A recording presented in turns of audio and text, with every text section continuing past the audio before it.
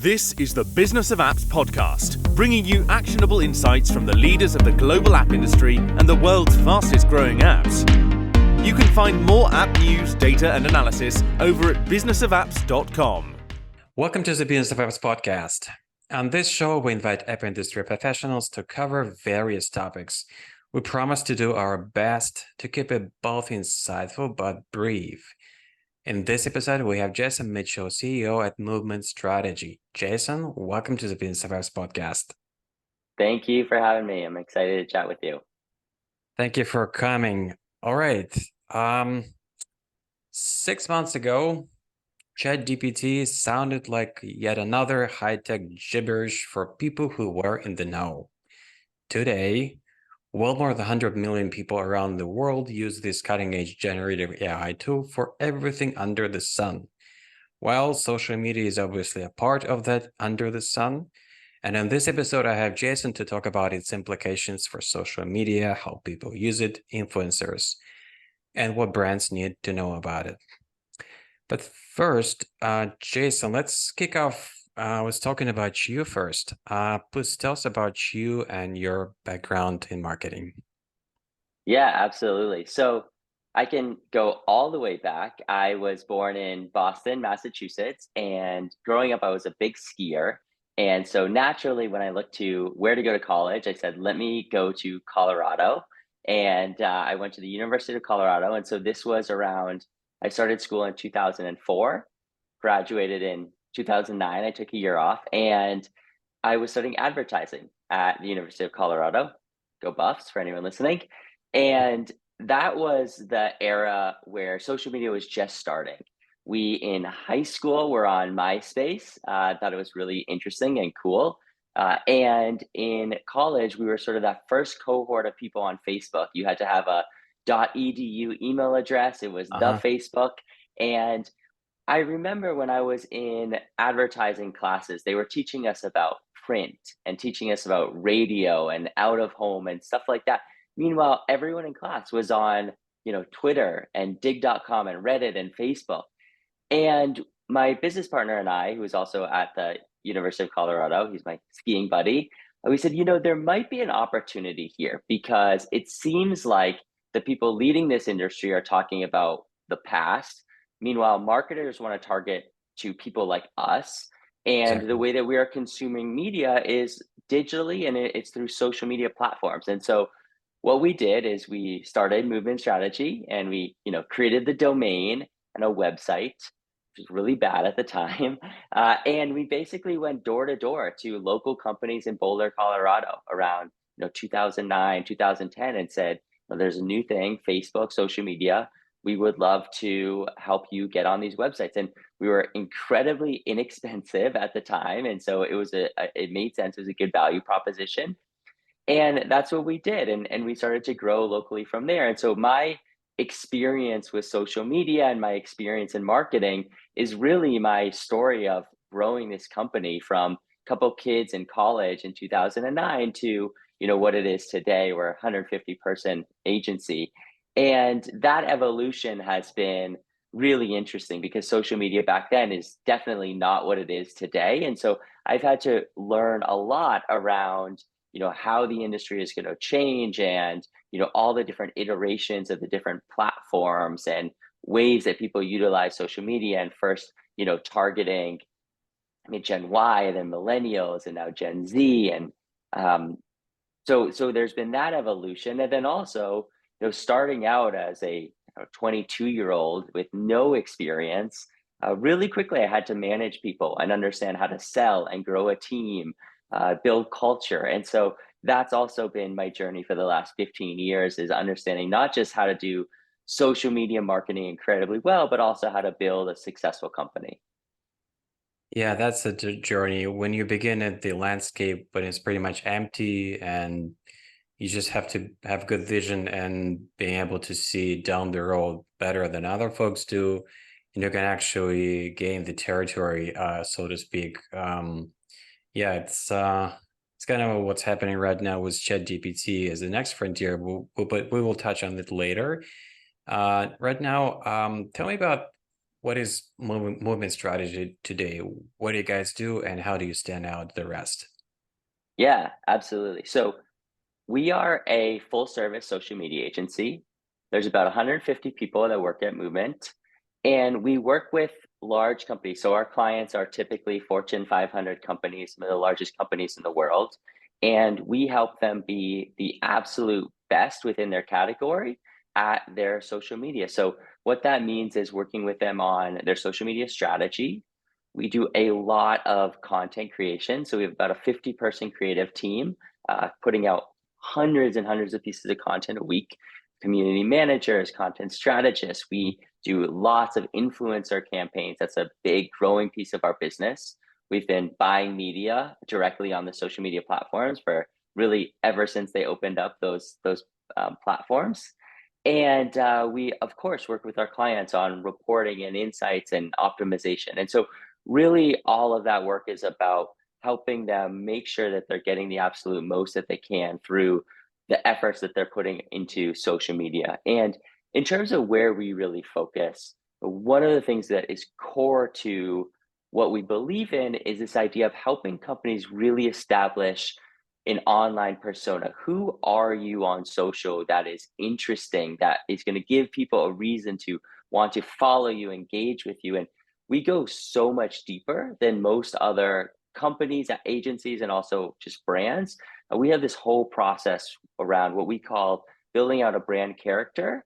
And we've created this whole methodology around what we call a brand verse. And so we go incredibly deep in terms of who are you, how do you show up? And that makes it so that our clients have opportunities to truly grow organically. And another thing that we really believe in is that while paid media is incredibly important and we have a great paid media department, the brands that are truly winning on social are the ones that can figure out, how do we break through organically? How do we get people to want to engage with us and share our content? And typically that's around creating this really interesting brand character. And we've won a lot of awards for that at the Shorty Awards a couple of weeks ago. I think we had 15 awards or something like that. And a lot of it is around building out that brand character, social voice. So that is what we do really well. And that's more broadly who we are as an agency.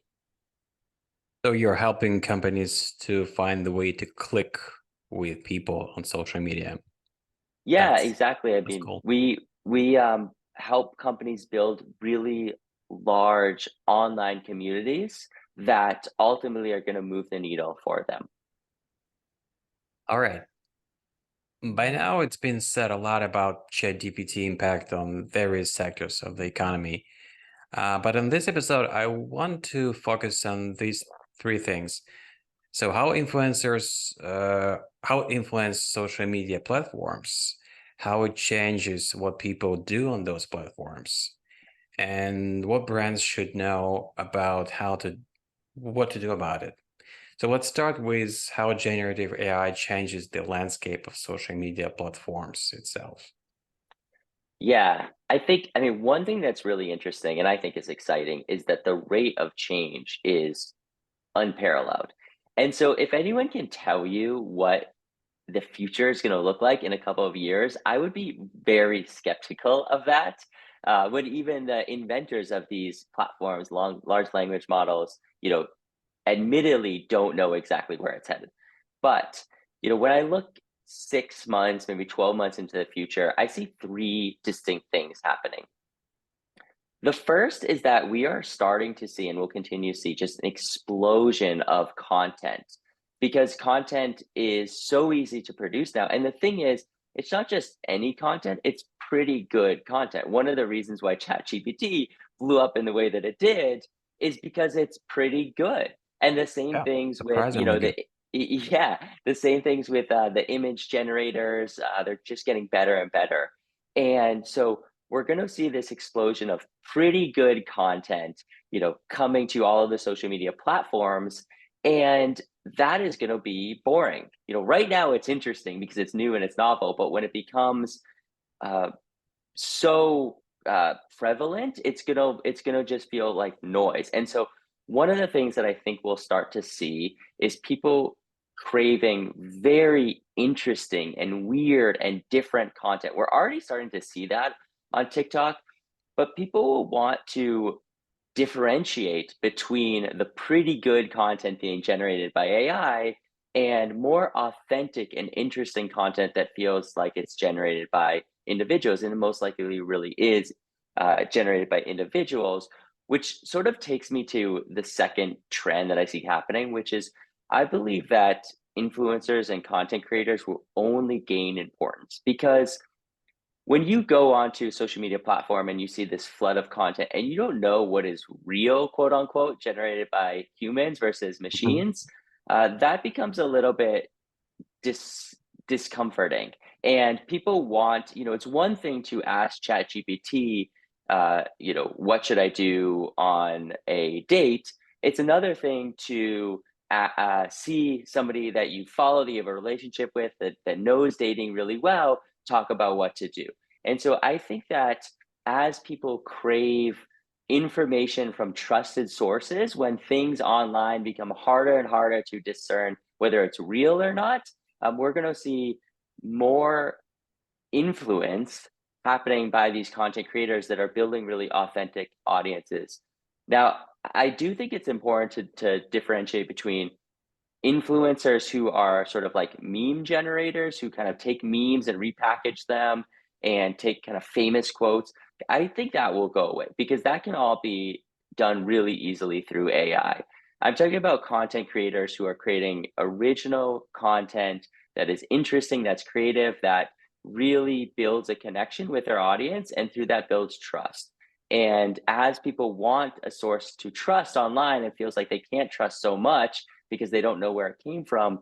That relationship between the really good content creators and their audiences, I believe, will only gain in importance.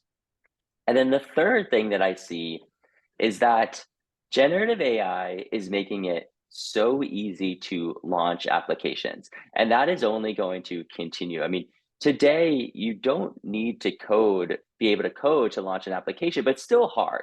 But if we fast forward a little bit into the future, it's not unreasonable to think that you'll just be able to type a whole bunch of prompts and generative AI will actually be able to build those apps. So you take that, and then you also look at applications now are growing faster than ever before, right? ChatGPT only took 2 months to reach 100 million people. Before that, TikTok only took 9 months, and that was insane. And that was faster than Instagram, which only took 30 months, right? So And the Facebook, rate yeah. in exactly. So the rate in which we're seeing applications be able to reach large amounts of people is decreasing. At the same time, it's becoming easier and easier to create applications. And so I anticipate an influx of new social media applications hitting kind of the app store that grow really quickly. And so I think as marketers, we'll need to cycle through it. We'll just continue to see that the rate of change, the different applications, platforms that people are using that get really big is going to happen on a more frequent basis. So I think those three things are going to change the landscape quite a lot.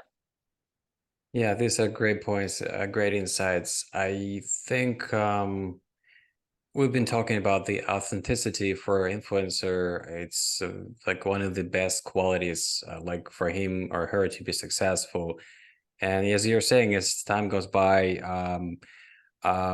becomes progressively easier and easier to create something cool and great. But if it's not been created by a human being, it will have less value. If you can, obviously, if you can spot the difference and you know that this particular thing was not generated by a human being, because at some point, I believe it will be, unless there's a system of tagging, so people can themselves see, like, I don't know, the tag on a product that says it has been manufactured by a company, has this and this ingredients, this image or video was generated by ChatGPT or other tool, or it was authentically created by that person. Unless we have these tags widespread throughout all platforms, the border between the content generated by ChatGPT, non-human being and created by real people, will be just blurred, and there will be really new real world, as I see it.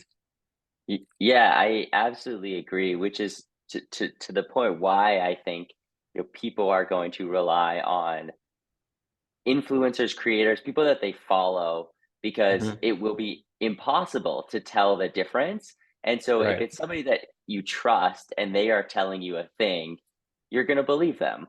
Versus if it's just a random video surfaced by an algorithm, you're not going to know what it is. Right. And so that's why I think that relationship, that trust is only going to be more and more important, which creates a huge opportunity for those content creators to become brands themselves and create product. And we're already starting to see that, which I think is very interesting and exciting. Right. What about the part of the equation that relates to use of social media by just real, regular human beings in the age of ChatGPT and other platforms that generate content? Do you see any difference in how people use social media platforms? Any observations how ChatGPT basically influenced this dynamic? I'm not sure we're there yet. I've been thinking about social media and the way that it's going to evolve into the future. And one of the things that it has been happening over the last handful of years and will only continue is that when we started, people used social media in a specific way, and it was different cohorts of people using specific platforms. Today, there's no one way that people use social media, right? My mom uses Facebook and Instagram. She's 70 years old. She uses Facebook and Instagram to connect with her friends and her family. And then you compare that to a 12-year-old on Roblox having a conversation with somebody that they've never actually met in the real world that can turn into a real relationship. Both of those are social media and they're so different. And so I think that one of the things that we'll see is a continued fragmentation where, you know, most media becomes social in nature. There's less passive watching. TikTok's a great example where TikTok, they don't call themselves a social networking site. They call themselves a kind of a content site. I think that they are social networking in that I think everything will become more and more social, where you're watching really interesting videos, but immediately upon watching, you flip open the comments because the comments are as entertaining as the videos, and the two things Exactly. working together make it so special. And so I think that, as I mentioned, we'll just see a proliferation of more and more different types of social media platforms as it becomes easier to create those. And we'll continue to see massive fragmentation in terms of which social media platforms people are using. And so it will be harder to say, okay, we're going to put a big percentage of our marketing dollars in this one platform where we think we can reach a big percentage of our audience, because audiences will continue to get more and more fragmented. The way that they use the platforms will change across different types of groups of people. So I think that will be, I think that is sort of a continuation of how social media continues to permeate through society and culture, and through that just fragments. Got you. Now, specifically influencers and creators, um, probably from purely technical standpoint of view, because we've covered the authenticity aspect of their relationships with their followership, but how ChatGPT impact their business, what they do, how they launch their campaigns, how they interact with brands, any tangible, any measurable effect as of right now? For I mean, can I answer this both for brands and Sure. influencers, because I think that they're similar. I Yeah. I think that uh, I'll talk about brands more so because I'm more familiar with how our clients are thinking about this space, and I think that one of the things that we're seeing, and it's probably true with influencers as well, but to a less degree, is that I believe that while there's a lot of excitement the on the consumer side, on the corporate side, there's a lot of fear around what is happening. And there's a lot of fear around both just how it will change people's jobs. People, change can be scary, but also just around IP and the legalities around using things generated by AI. And so one of the things that we're seeing is a lot of paralysis across big corporations that understand that this is coming, but don't want to jump in because they're scared of any sort of legal ramifications. And so I think that that is creating issues. And you think about influencers and content creators, they're probably not having that same thing. And so they are quickly able to create and utilize all of these different tools and be successful and grow. And then brands and everyone else has to play catch up. Meanwhile, these content creators are becoming brands themselves and launching very successful businesses, then actually competing with the brands themselves that were once, paying them dollars to promote their products. You see that with, you know, uh, some of the biggest brands right now are started by influencers and celebrities. So I think that we're starting to see that, and because of that, I think it's incredibly important that brands and marketing departments stop being scared. They start getting involved. They start experimenting. I think that the legal risks for brands are a little bit overblown, and it's sort of obvious what you can and can't do, and things will be litigated over the coming months. But brands that really are paralyzed by, fear are not going to be figuring out how to use these technologies, how to integrate tools, how to be on the cutting edge, and they're going to play catch up. And I think that's a really vulnerable position for them to be in. And so one of the things that we're doing is lots of workshops and trainings and demos and everything else so that the companies that we work with really are trying things out so that they can be on the cutting edge of what's happening. Great point, Jason. I can see them looking at their legal department and asking, can we, should we, is it ready? What about the next month when, finally we'll be making decision on, all those cases where generative AI actually using content produced by somebody else and that content is copyrighted. So what are we doing when that content leads to something new? Should we still apply the same rules for the original content to generate it as a new one, or just like any human being using other material to create something unique, nobody's going to be suing him if he's creating something new? So which part of this equation should we stick to? So I can see their fears, but I don't think it's that scary as they believe at this point. I know there are scare parts about generative AI, all those calls to the banks for people who are basically sampling somebody's voices and pretending to be somebody else to steal money or any other theft. That's the real danger. But I don't see that particular fear which you're describing be real on a brand side, right? Yeah, I don't see it as well. I don't think the liability is on the brand side. I mean, maybe on the platform side, like the companies that are actually creating these large language models or image generators with training data, but not necessarily on the people actually using it. I think another thing that I think is interesting that brands and marketing departments, marketers need to be thinking about is one of the great things about AI and where it's at today and where it's getting to is it is making it a lot easier to do sort of the rote tasks where we spend a lot of our time. If we think about how we spend our days, most of our time is not doing really deep strategy thinking or incredibly creative brainstorm. Most of our days are doing fairly menial tasks just to kind of move things along.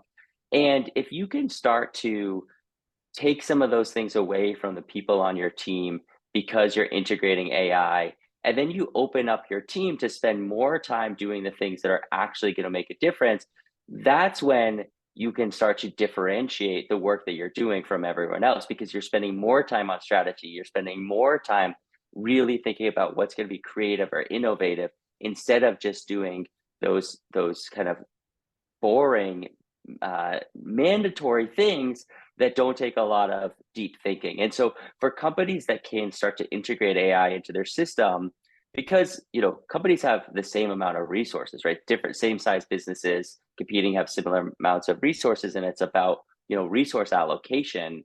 That sort of who wins is who's allocating their resources the best way and towards the best ideas. If you can change the equation where you are not spending time doing all of that manual stuff and instead doing the deep thinking, and your competitors haven't made that shift yet, you're going to win. And so I see that also as a huge opportunity. And while a lot of people are nervous about AI, I think the opportunity is for people that embrace AI and they understand how to work with it. They will then likely have a more enjoyable job because they can move away from doing a lot of the boring parts of the job and focus on things that are, really exciting, deep thinking, driving results. Exactly to your point, Jason. I've just heard this funny, witty phrase on the Kara Swisher podcast. You shouldn't be worried and afraid generative AI. You should be worried about people who are using generative AI because these are your real competitors. Okay. Exactly. Yeah. I mean, for us, one of the things that we're racing towards is, we're not thinking about AI as a way to replace our workforce. What we're thinking about is how do we upskill our workforce as quickly as possible so they are more effective than our competitors. And that is how I think we'll win. Great. Jason, being in digital marketing space for a while, what would you really like to change the most at this point? I would love to see marketers, and especially the type of marketers that we work with, which are big brand marketers, take more risks, be more creative, ultimately be less scared. I think, and not just less scared, but think bigger. I think that two things have happened over the last 10 years, maybe, that have pushed us into a place where I don't think as an industry we are being nearly as creative and taking nearly as many risks as I think that we should. The brands that do really see the benefit of that, but that they are the minority by far. I think that there's two things that happened. One is the job of a CMO has become so challenging because you need to understand so many different domains, and as such, the tenure of CMOs has really shortened. And so you're not put in necessarily a position to take lots of big risks. You're just trying to manage so many different teams and different types of platforms and initiatives and marketing channels. That's kind of where your head is at beyond, okay, how do we take some really big risks? How do we get incredibly creative? So that's one side of it. And then another thing is we've really seen of lower level marketing, direct response type stuff dominate. And that's really because with digital and social, really the only way we can do any sort of attribution with a degree of certainty is through last click attribution, last click modeling, and that then puts this big focus on direct response, bottom of the funnel, where it's really about, well, what happens if I change the font or change the colors, these small things to try to shave cents off of a CPC. And so if you look at those two things together, I think that a lot of the marketing that I see on social and digital in general, it's not creative, it's not big thinking, it's these little optimizations to try to kind of shave off cents here and there. And what I would love to see, and what we push our clients on, the work that we try to do is, much bigger level thinking. It's let's think about how do we truly connect with this audience, not how do we increase the CPC a tiny bit or the click-through rate a tiny bit, but like how do we get more people to actually care about us and want to be involved in what we're doing and join our community and be our tribe with us. And that requires taking risks and doing very creative work. And I just don't see so many people talking about that. And that is what I would love to see change in the industry. And we're already starting to see a little bit of it. I think we're starting to see some big brands move away from such a focus on the lower funnel up towards the top of the funnel. And with that, you see more risk taking, more creativity. And I would like to see more and more companies adopt that. And I think through that, they'll just see much better results. Gotcha, Jason. Okay, we're finishing up the first part of the show, switching to the second one, where I get a chance to ask quick questions to every guest on the show. So people who are listening to us have a better chance to know who are the people who are coming um, on air with me to spend these 30, 40 minutes. All right. Question number one. What smartphone do you have now? Have you been switching between these two big giants or just being with one of those all the time? I've had an iPhone only exclusively for, I don't know, the last almost since 40 iPhone or 1 came 50 out. years? Just kidding. Yes, exactly. And yeah, I mean, we basically use a Mac everything, and it's just such a great integrated system. So yeah, that is, I'm very loyal. I might be having to buy a headset, before too long, but I don't know. We'll see how people respond to that. Too early. Yeah, too early. Just a few days. Let's wait a little bit. Uh, what was your first mobile phone back then? Like, what was your starting Yeah, phone you can put in your pocket? yeah, it was a Nokia. If you remember, it's like a phone that everyone had. We loved to play Snake. That was like the game. Yeah. And then my first smartphone was a BlackBerry. I was so excited in college to have a BlackBerry and BBM Messenger. Oh, And the yeah, keyboard on the phone. yeah, it was Yeah. great. Now, back to present. So imagine you've left your iPhone for whatever reason at home, you're out. What will be your most missing feature at that point? Google Maps. I would just be constantly lost. If you are old enough to remember printing out, I mean, I guess I was, you know, there was a generation of people that understood how to read maps and they had maps Hmm. in their car, my parents. That was not me. We went to mapquest.com, typed out, printed out directions to get somewhere. God forbid you took a wrong turn and then you were just so screwed. So I don't have a great sense of direction. Google Maps would be really bad for me not to have in my pocket all the time. I hear you. Okay, new tech on your phone. If you're looking at your phone and go like, wouldn't it be great if that thing could do this or that, hardware, software, or both. Not necessarily something you hear in the news as a trendy thing, but just for you. Hmm.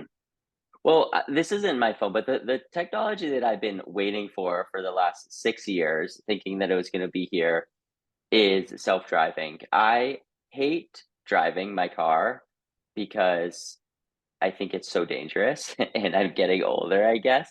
And I bought a Tesla with full self-driving like 5 years ago, and was so convinced my young kids will never need to learn how to drive. And every year that feels like it's farther and farther away. So it's not on my phone, but that's the technology that I'm the most excited about, that I want personally. And it feels like we're not moving fast enough in that direction. So not really the answer to your question, but that's where my head is at. Yeah, I do hear you, Jason. I'm sorry to say we're not there yet, not even close. As far as we can try, I've just listened to a great series of interviews with people who are in the cutting edge of self-driving, and even Waymo cannot claim that, guys, next month we all will be able to drive self-driving cars and five the highest level of autonomy. No, it's gonna take more than we expected, unfortunately. Which is a bummer. I admit it. Yeah. But I, Um. I will say, to answer your question, and Mhm. this is, I think so many people are talking about this. We've been promised personal assistance on our phone for a long time, and Siri is just not it, and Alexa is not it. But it feels like something built on top of OpenAI or another model like that will be it. And you will just be able to say to your phone, I'm hungry. I feel like Mexican. Tell me where to go. And it will just tell you exactly where to go or order you the food. And I am really excited about that. I had a meeting the other day with somebody who's building out a chat program for airlines. And he was showing it to me, and it was basically just like, I want to go to Colorado, and just instantly showed the best flights and a really great interface. So I'm really excited for that to happen because I think it would just make life that much easier. Absolutely. Siri meets ChatGPT. Watch on your screen tomorrow. Oh yeah, that'd be awesome. All right, Jason, before I let you go, very, very final question. How can people get in touch with you and get more information about what you do? Yeah, I think the best way is our website, movementstrategy.com. And so I'd say check that out. There's ways to get in touch there. And then also, I'm probably the most active on LinkedIn. So you can find me, Jason Mitchell, Movement Strategy on LinkedIn, and would love to connect there and have some conversations. Jason, thank you so much for spending this time with us and being on the show. Thank you. Bye-bye. Thank, Bye. Thanks for having me. And that was Jason Mitchell, CEO at Movement Strategy. To listen to more episodes, subscribe to this podcast on iTunes, Spotify, Stitcher, Google Podcasts. Just search for Business OFs and you will find us easily. Remember, we release episodes on Mondays, so subscribe and you'll be able to get new episodes on your smartphone, tablet, or computer as soon as we release them. And please don't forget to leave us a review or comment on iTunes. It is highly appreciated. And all episodes will also be available on businessofapps.com. Thank you for listening. See you next week. Thank you for listening to the Business of Apps podcast. For more, head on over to businessofapps.com.